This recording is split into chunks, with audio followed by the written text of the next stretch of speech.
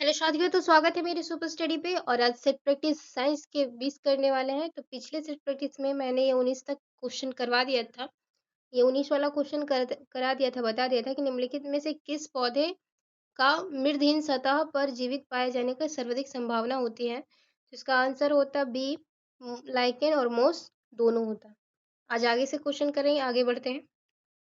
तो आगे क्वेश्चन में हम देखेंगे क्या है कि कभी-कभी समाचारों में उल्लेखित गुच्छी के संदर्भ में निम्नलिखित कथनों पर विचार कीजिए। तो गुच्छी के संदर्भ में बताना है कि ये क्या है। तो देखते हैं इसको। क्या एक कवक है या कुछ हिमालय वनों क्षेत्रों में उगती है या उत्तर पूर्वी भारत के हिमालय तलहटी वाणिज्यिक रूप के खेतों में खिलती है। तो ऐसा नहीं है। इसका जो आंसर सिर्फ ये होगा कि ये जो है, ये और ये दोनों सही होगा, क्योंकि डी इसका आंसर होने वाला है। तो इसको हम याद रख लेंगे। अगर नहीं भी जानते हैं कि गुच्छी क्या है, तो याद रखें कि यह जो है कुछ हिमालय वन क्षेत्र में उगती है। गुच्छी याद रखेंगे। यह उत्तर पूर्वी भारत के हिमालय की तलछटी में इसकी जो है वाजनीय रूप से खेती की जाती है। तो ये दोनों जो कथन है इसके विषय में सही है, 2 और 3। तो इस प्रकार इसका आंसर डी कर लें। आगे बढ़ते हैं। किस नमक निम्नलिखित में से किस किस एक जीव की कुछ प्रजातियां कवकों को कृषि के रूप में जानी जाती है। तो ये होती है चींटी की प्रजातियां होती है। फिर चलते हैं 22 नंबर क्वेश्चन को देखेंगे। तो 22 नंबर क्वेश्चन में देखते हैं कि क्या इसका होगा आंसर। तो देखते हैं, कुछ छत्रकों यानी कि मशरूमों में औषधीय गुण होती है। कुछ छत्रकों यानी मशरूम में पुनः प्रभावी साइटोएक्टिव गुण होते हैं। कुछ मशरूम में कीटाणुनाशक गुण होते हैं। कुछ मशरूम में जैव समृद्धि यानी कि बायोलॉजी लिमिटिस गुण होते हैं। तो ये चारों जो कथन है वो सही है। ये सारे जो है मशरूम में ये सब गुण पाए जाते हैं। तो डी इसका आंसर कर लिए। 23 नंबर क्वेश्चन देखेंगे कि पनीर के परिपक्वन में डैश कवक का उपयोग किया जाता है। तो ये जो है वो पेनिसिलियम का उपयोग किया जाता है। ठीक है, तो क्वेश्चन हो चुके हैं खत्म। तो क्वेश्चन के बाद अब बारी है परीक्षा दृष्टि की। तो इसको हम फटाफट लगा लेंगे, जो बेहद इंपॉर्टेंट क्वेश्चन रहते हैं। तो देखते हैं, इसको लगाते हैं कि प्रथम जो है स्थलीय पादप कौन माने जाते हैं। तो संघ ब्रायोफाइटा को जो है प्रथम स्थलीय पादप माना जाता है। कई बार क्वेश्चन पूछा होता है कि प्रथम स्थलीय पादप किसे कहा जाता है। तो ये संघ ब्रायोफाइटा के पौधे को कहा जाता है। दूसरे क्वेश्चन को देखेंगे कि ब्रायोफाइटा में जो है मूल भास का क्या कार्य है। तो इसकी सहायता से जो है थेलसाव पौधा खड़ा रहता है तथा भूमि से जल एवं खनिज लवणों के अवशोषण में सहायक होता है। तो याद रखेंगे कि जो ब्रायोफाइटा में मूलाभास है, वो इसकी सहायता से जो है वो खड़ा रहता है, भूमि से जल और खनिज लवण अवशोषण में सहायक होता है। ठीक है। तीसरा क्वेश्चन की पादप जगत का उभयचर संज्ञा किसे प्रदान किया गया है। तो ब्रायोफाइटा को प्रदान किया गया है। स्थल वनस्पति को पूरागामी किसे कहते हैं। तो मोस को कहते हैं। सबसे छोटा ब्रायोफाइटा कौन सा होता है।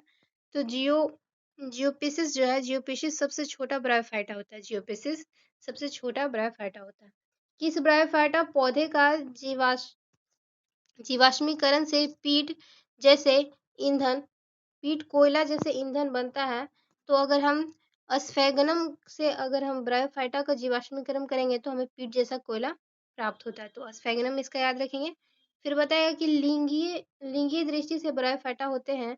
तो ये मोनोस्पीशीज अर्थात नर व मादा जननांग का एक ही पौधे में पाए जाते हैं। किसमें? एक ही पौधे में पाए जाते हैं ब्रायोफाइटा, यानी मादा जननांग नर एक ही होते हैं। फिर बताया गया कि ब्रायोफाइटा का विशेष लक्षण है तो संवहन ऊतकों अर्थात जाइलम एवं फाइलम का अभाव होता है। ब्रायोफाइटा में क्या होता है, तो इसमें जाइलम और फाइलम जो जल और जो भोजन ले जाता है उसका अभाव पाया जाता है ब्रायोफाइटा में। ठीक है, आगे बढ़ते हैं, आगे क्वेश्चन करेंगे। अब बारी है दूसरी परीक्षा दृष्टि को। तो देखेंगे संवहनीय अपुष्पदिक किसे कहते हैं। तो टेरिडोफाइटा जो होता है वो अपुष्पदिक, जिसमें पुष्प नहीं पाया जाता, वो टेरिडोफाइटा में आते हैं। फिर देखते हैं कि अबीजी पादप जिसमें संवहन ऊतक पाया जाता है वो किस संघ में रखा जाता है। अबीजी यानी जिसमें बीज नहीं है वो पादप को संवहन ऊतक पाया भी जाता है तो उसे टेरिडोफाइटा में रखा जाता है।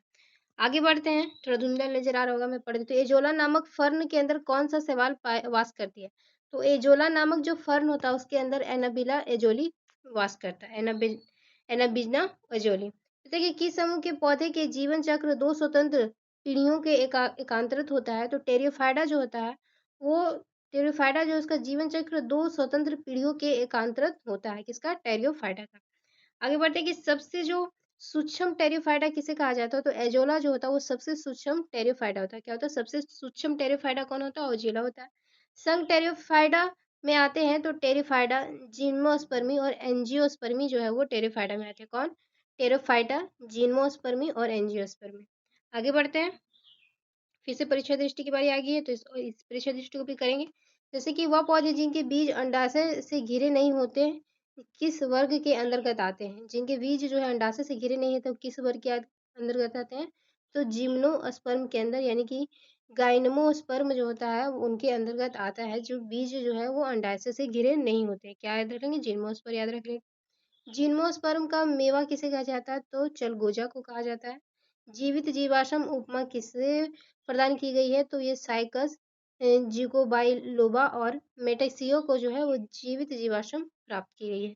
फिर देखते हैं विश्व का जो है सबसे ऊंचा वृक्ष जिम्नोस्पर्म कौन सा है? तो सिकोया स्पेमर विर्सेन जो है वो सबसे ऊंचा वृक्ष है और जिम्नोस्पर्म भी है, जो 120 मीटर की ऊंचाई से है, जिसे कोस्ट रेड ऑफ कैलिफोर्निया भी कहा जाता है। किसे? सिकोया को।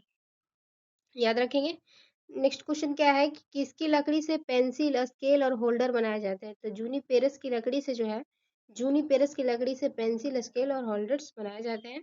फिर दिया सलाई जो है, दिया सलाई की तिलियां बनाई जाती है, तो पाइनस की लकड़ी से दिया सलाई की तिलियां बनाई जाती है। ये सब क्वेश्चन पूछने लायक रहता है, तो पूछा भी जाता है कि दिया सलाई की जो तिलिया है वो पाइनस नामक लकड़ी से बनाई जाती है। याद रखेंगे। तारपीन का तेल किससे प्राप्त होता है? तो पाइनस चीड़ से जो है तारपीन का तेल प्राप्त होता है। कई बार पूछा हुआ क्वेश्चन है। तो देखिए, जिम्नोस्पर्म पौधा भ्रूणपोष बनता है तो निषेचन से पूर्व ही वो भ्रूणपोष बन जाता है। किससे? निषेचन से पूर्व। चिलगोजा का खाए जाने वाला भाग कौन सा है? तो संपूर्ण जो बीज होता है, संपूर्ण बीज हम चिलगोजा का खा सकते हैं। फिर अंडाई विहीन पुष्पदीप कौन होता है? तो जिम्नोस्पर्म होता है। जो अंडा विहीन पुष्पदीप होता है वो जिम्नोस्पर्म होता है। क्रिसमस वृक्ष यानी कि एरोकेरिया, एरोकेरिया क्या होता है? तो वो जिम्नोस्पर्म होता है। क्रिसमस जो वृक्ष आप देखे होंगे वो कौन होता है? वो तो एरोकोरिया होता है और वो जिम्नोस्पर्म होता है। आगे चलते हैं। चिलगोजा का सर्वाधिक उत्पादन होता है, तो जम्मू कश्मीर में जो है चिलगोजा का सर्वाधिक उत्पादन होता है। फिर आते हैं, अब क्वेश्चन की बारी है तो क्वेश्चन लगाएंगे। यहाँ नीचे से क्वेश्चन है, तो देखते हैं ये नीचे से जो क्वेश्चन है कि एक, क्या बोला गया है कि एक कुल के सदस्य हैं। इसमें पूछ रहा है कि इसमें कौन जो है एक कुल के सदस्य है। देखिए बीपीएससी में क्वेश्चन पूछा हुआ है, तो देखते हैं ये गुड़हल और कपास जो है ये एक कुल के सदस्य है, तो इसका आंसर सी कर लेंगे। 1 नंबर का आंसर सी हो जाएगा। फिर दो में बोला निम्नलिखित में से कौन सा एक विश्व का सबसे बड़ा पुष्प है? कौन जो है सबसे बड़ा पुष्प है? तो इसमें कौन सा?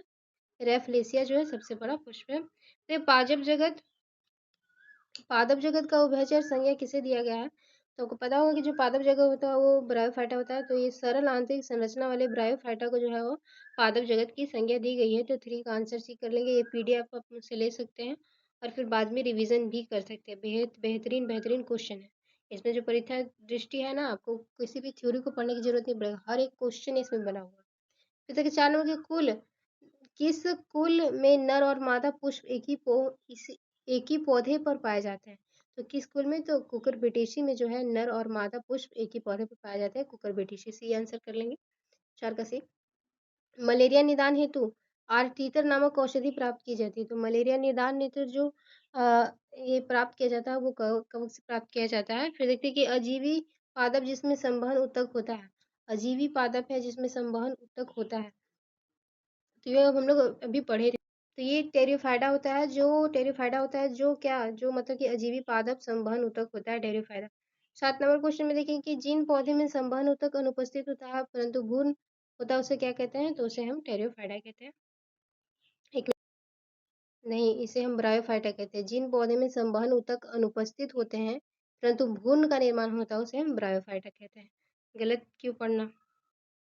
फिर क्या बोला कि हॉर्न्ड बर्न किसे कहते हैं? हॉर्न्ड जो बर्न है वो किसे कहते हैं? हॉर्न्ड जो बर्न है वो हम कहते हैं एंजियो रिसोस को। किसे कहते हैं? एंजियो रिसोस को कहते हैं। फिर 9 नंबर क्वेश्चन में देखेंगे कि टेरियोफाइडा को कहते हैं तो ये संवहनी अपुष्पदिक कहते हैं टेरियोफाइडा को। फिर देखते हैं कि 20 नंबर के स्थल पर सर्वप्रथम उगने वाला पौधा कौन था? ब्रायोफाइटा हो जाएगा, सर्वप्रथम उगने वाला था। फिर क्या बोलते हैं निम्न में से कौन सा जलीय जो है वो जलीय टेरियोफाइडा है? तो ये बी आंसर होगा। सेलाजिनेला और लाइकोपोडियम जो है वो जलीय टेरियोफाइडा है। 12 नंबर क्वेश्चन को देखेंगे तो क्रिसमस विश क्या होता है, तो ये एरोकेसिया होता है क्रिसमस विश। डी इसका आंसर कर लेंगे, डी हो जाएगा। फिर देखते हैं कि अंडा विहीन क्या बोला है कि अंडा विहीन पुष्पोद्भिक काफी चाहूंगी। अंडा विहीन पुष्पोद्भिक है, तो अंडा विहीन पुष्पोद्भिक क्या है, तो अंडा विहीन जो पुष्प ये है, इसे हम कहते हैं अंडा विहीन जो पुष्पोद्भिक होता है वो जिम्नोस्पर्म होता है। आगे बढ़ते हैं। रेजिन एवं तारपीन प्राप्त होता है, तो पाइनेस से प्राप्त होता है। फिर बोला गया कि संसार में सबसे लंबा विश्व कौन सा है, तो अभी हम लोग देखे थे सी कोया सबसे लंबा विश्व था।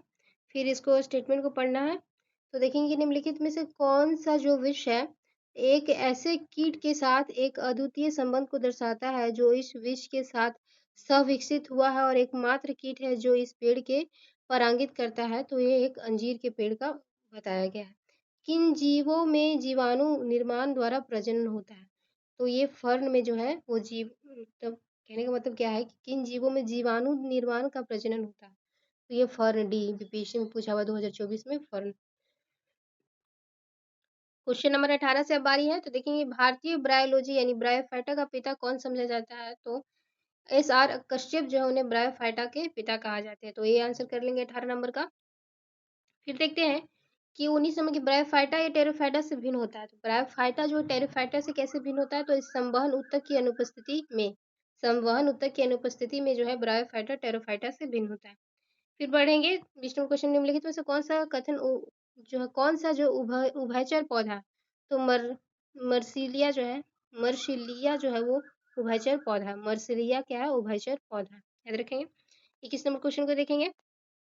औषधि रूप से सबसे महत्वपूर्ण जिम्नोस्पर्म यानी कि अनर्थवीजी कौन सा है, जिम्नोस्पर्म जो है वो औषधि रूप से कौन सा महत्वपूर्ण है, तो ई फेड्रा क्या है, ई फेड्रा जो है वो महत्वपूर्ण जिम्नोस्पर्म होता है, तो इसका आंसर डी करेंगे। इनफेड्रा जो है औषधीय रूप से महत्वपूर्ण इन जिम्नोस्पर्म है इफेड्रा। फिर देखते हैं कि साबूदाना प्राप्त किया जाता है, बेहद इजी क्वेश्चन है। साबूदाना प्राप्त किया जाता है तो साइकस से जो है साबूदाना प्राप्त किया जाता है। फिर देखिए जिम्नोस्पर्म है, तो ये एक नग्न बीजी पौधा होता है। जिम्नोस्पर्म अभी देखे थे कि अनावर्त बीजी है, यानी कि नग्न बीजी पौधा होता है जिम्नोस्पर्म। सी इसका आंसर कर लेंगे। फिर बारी आई है परीक्षा दृष्टि की, तो फिर परीक्षा दृष्टि को देख लेंगे। थोड़ा धुंधला दे रहा होगा, मैं क्लीन पढ़ूंगी कि मक्का, ज्वार और गन्ने किस प्रकार की जड़ें में पाए जाते हैं। मक्का, ज्वार, गन्ने किस प्रकार की जड़ें में पाए जाते हैं, तो यह अस्तंभ मूल जो होता है अवस्थम्भ मूल में पाए जाते हैं। फिर देखते हैं, धुंधला है पर जरूरी है तो पढ़ लेती हूँ। बरगद की शाखाओं से निकलने वाली जड़ों किस प्रकार की जड़ों की उपमा दी जाती है, तो बरगद की जो शाखाओं से जड़ें निकलती है हमें उसे स्तंभ मूल कहते हैं। परजीवी पौधे अपने पोषक से किस अंग द्वारा भोजन अवशोषण करते हैं, जो परजीवी पौधे होते हैं वो अपने पोषक अपने भोजन किससे, तो ये चुस्कांग से, याद रखेंगे। फिर देखते हैं मैंग्रोव, मैंग्रोव पौधे किस प्रकार की जड़ें पाई जाती है, तो मैंग्रोव पौधों में किस प्रकार की जड़ी पाई जाती है, तो श्वसन मूल, याद रख लेंगे, जिसे नेमिनो न्यूमेटोफोर भी कहते हैं। तो न्यूमेटोफोर या श्वसन मूल जो है मैंग्रोव के पौधों में पाए जाते हैं। फिर देखते हैं कि मूली, गाजर, सलजम, चुकंदर कौन से जड़ नहीं है, तो सभी जो है भोज संचय जड़ है, ठीक है। फिर देखते हैं कि अधिपादपी मूल किस में पाया जाता है और उसकी क्या विशेषता होती है, तो अधिपादपी जो मूल है वो आर्किड में पाई जाती है। इनकी पत्तियां कक्षा से जड़ें निकलकर हवा में लटकती है, जो कि वेलामेन नामक एक आर्द्रताग्राही स्पंजी उत्तक से घिरी होती है।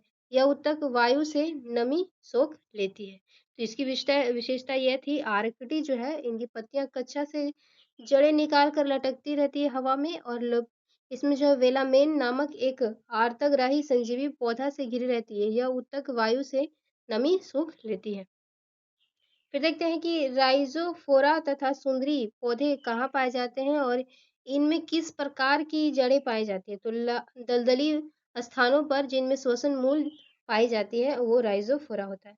फिर कि एपिब्लेमा क्या है, देख लेते हैं। एपिब्लेमा जो है, एपिब्लेमा क्या है, एपिब्लेमा में पाया जाता है, तो जड़ में पाया जाता है एपिब्लेमा। मूल रोम क्या है, तो एक कोशिकीय है मूल रोम। लेकिन पौधे की जड़ों में क्रेम्बियन का अभाव होता है और द्वितीय वृद्धि नहीं हो पाती है, तो एक ही जो बीजपत्री पौधे की जड़ों में है वो क्रेम्बियम का अभाव होता है। इसमें एक बीजपत्री पौधे की जड़ों में क्रेम्बियम का अभाव होता है। फिर देखिए गन्ना, गेहूं, धान, मक्का, ज्वार, बाजरा कैसी जड़ें पाई जाती हैं, इसका आंसर क्या है कि जो गेहूँ है, धान है, मक्का है, बाजरा है, ये सब अपस्थानिक जड़ें पाई जाती हैं।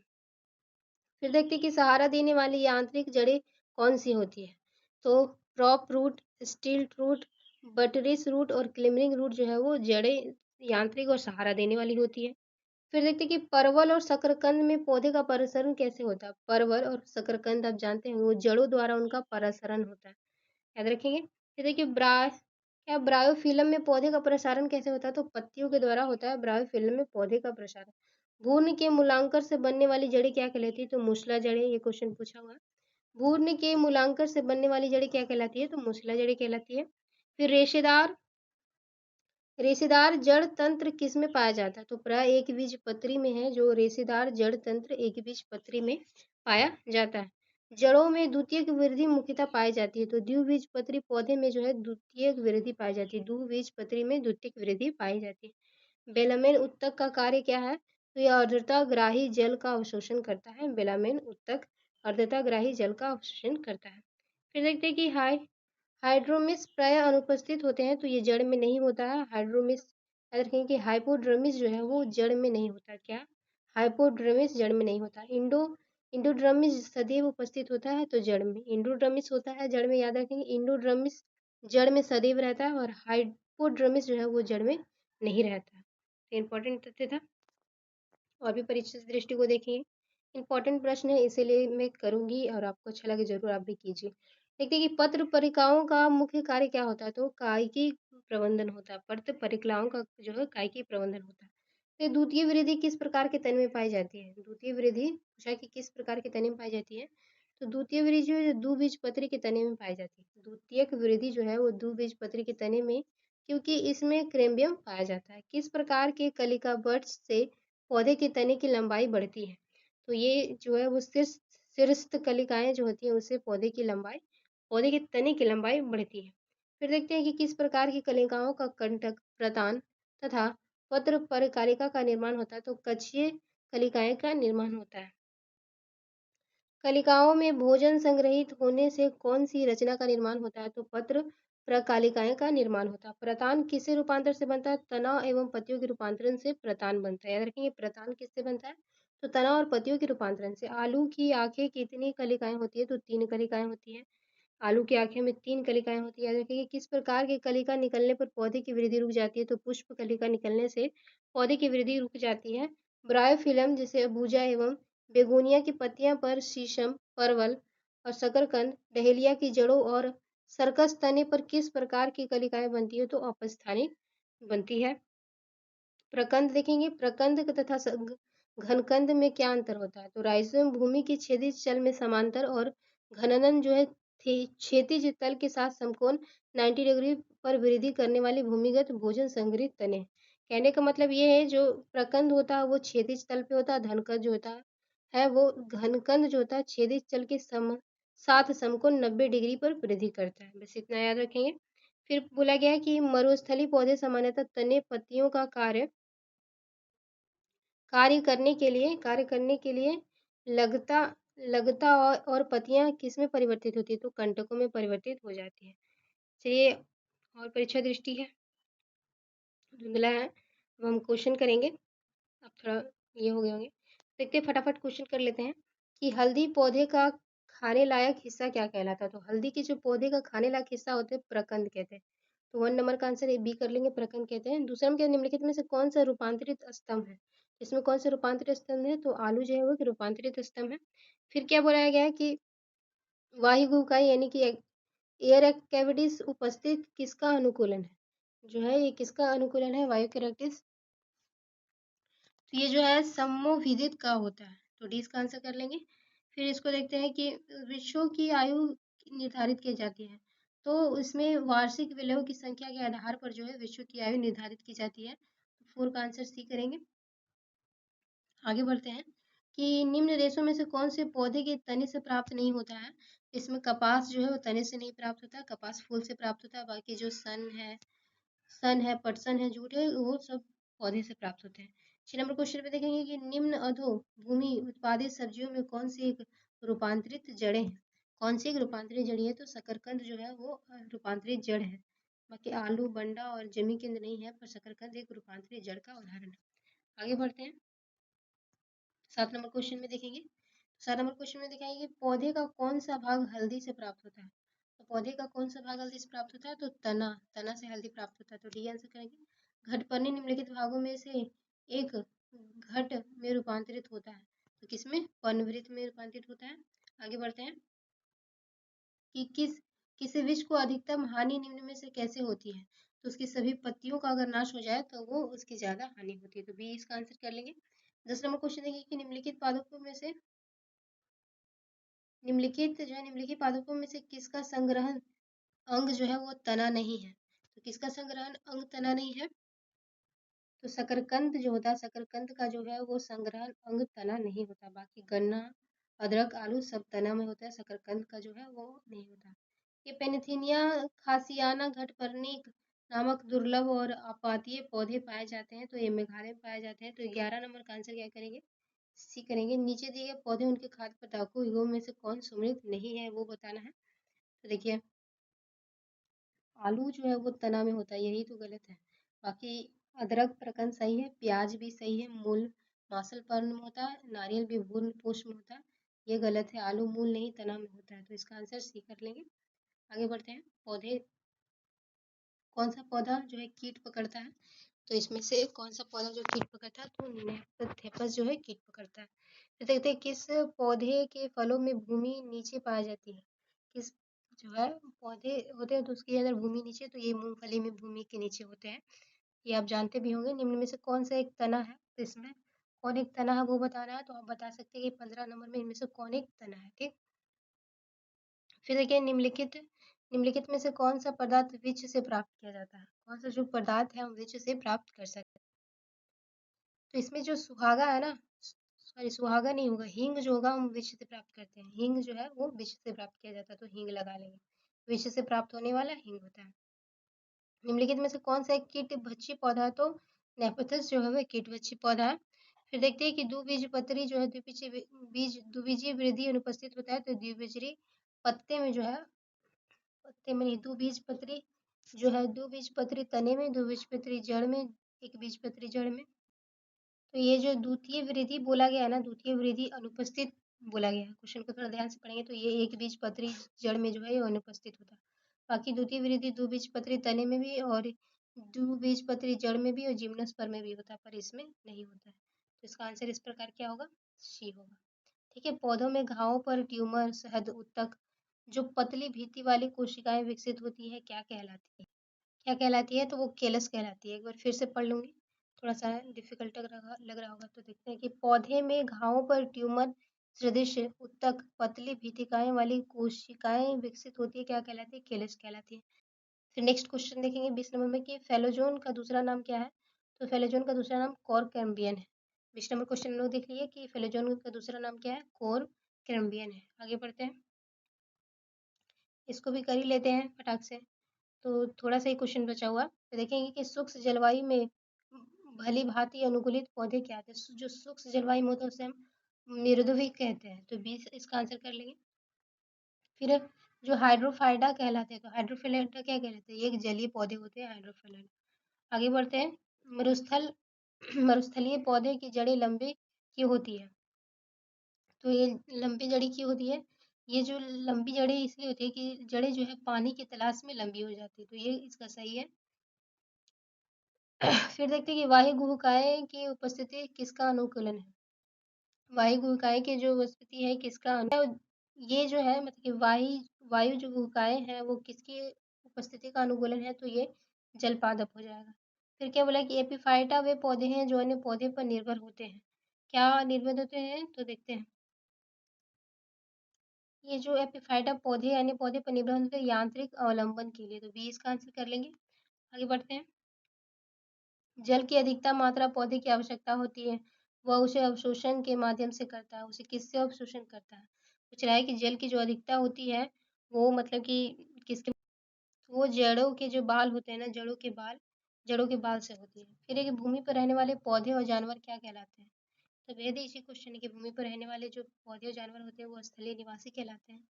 फिर देखते हैं 8 नंबर क्वेश्चन में जो कि लास्ट है कि न्यूमेटोफर किस में सहायक होते हैं, तो न्यूमेटर जो सहायक होते हैं वो श्वसन में सहायक होते हैं। डी इसका आंसर कर लेंगे, न्यूमेटोफर जो है वो श्वसन में सहायक होते हैं। थैंक यू साथियों, अच्छा लगे तो जरूर सेशन को लाइक कर दीजिएगा। और सारे सब्जेक्ट के इसी तरह के पीवाईक्यू जो आप अगर ग्रेजुएशन लेवल के एग्जाम देने वाले हैं तो बहुत ही हेल्पफुल होगा।